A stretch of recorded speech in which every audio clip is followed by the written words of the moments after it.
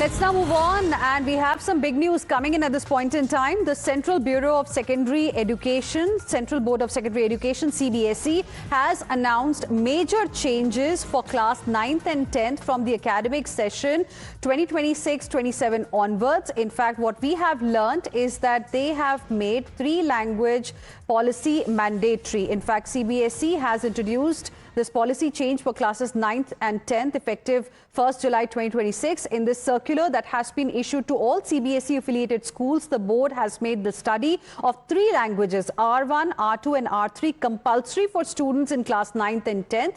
As per this new rule, at least 2 of these 3 languages must be, in fact, Indian languages, must be native Indian languages. Let's go across to my colleague Kritika, who is joining us live right now for more on this. Kritika, now this is significant. It means now the students will have to study 3 languages. It is mandatory.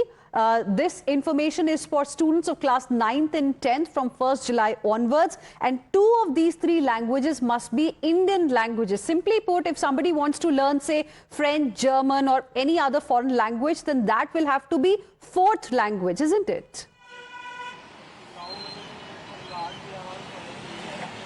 Well, absolutely. In fact, remember earlier this academic session as well, the 3-language policy was introduced for class 6 students. Now it is also being introduced for class 9 students as well. As you rightly pointed out, what this means is that under this 3 policy rule, 2 languages have to compulsorily be native to India and 1 can be a foreign language, which de facto becomes English. So if there are students who want to or who have been so far studying, say, French or German, that language will have to be dropped from the first 3 core competency languages. And if the school wants to introduce it, they can do so by means of a 4th optional subject or through school clubs. This is what the latest information is as on part of the CBSE. They've already clarified that starting this year, students in class 6 were the first to be introduced to the concept of R3, which is the 3rd language option. Again, here this is all in tandem with the national education policy, under which it envisions that 2 native Indian languages